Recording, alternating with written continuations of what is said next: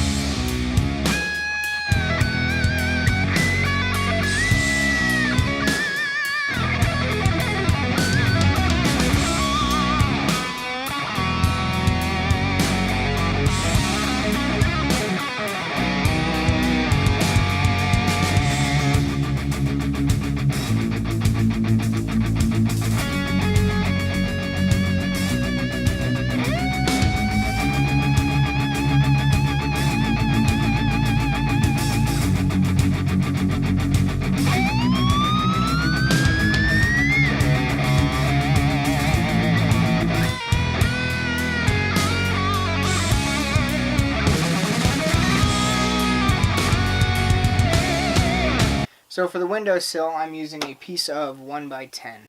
Now for my purposes, I'm going to be notching out part of this in order to fit inside the actual window frame itself.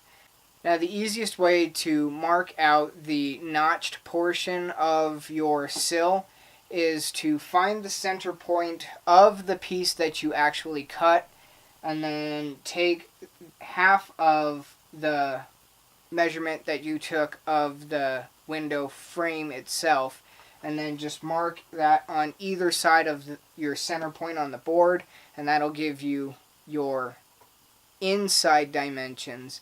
And then you need to take the measurement from the window itself to the wall, and then just mark in from the edge of the board, draw lines with a straight edge, and you're done. And 5/8. After we've already measured, we'll double check and make sure that this is 19.5 inches, which it is. grab your trusty speed square, just set it on the edge.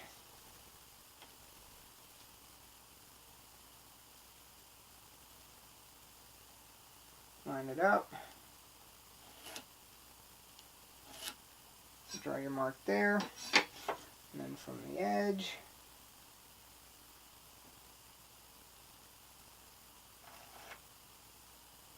draw your other mark.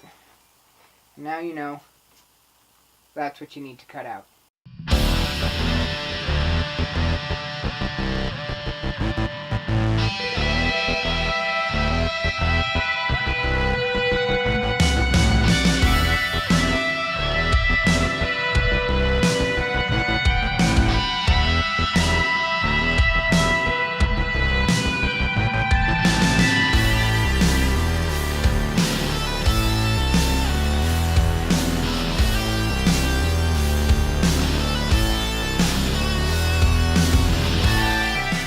Alright, so while the stain's drying downstairs, we're going to tackle removing the old trim from the window.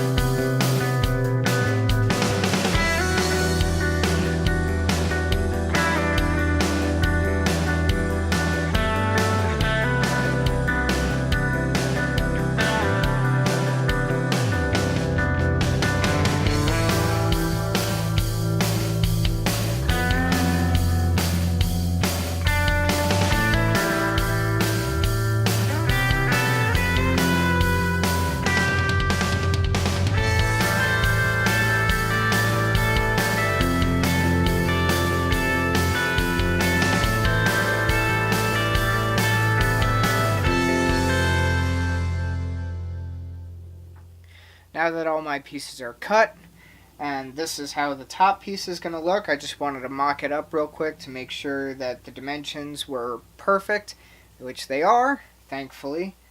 Now I just gotta take some 1.5" finish nails and nail the top piece and the fillet to the upper beam, and we're good to go. And then we'll throw it on the window, and this project will be done.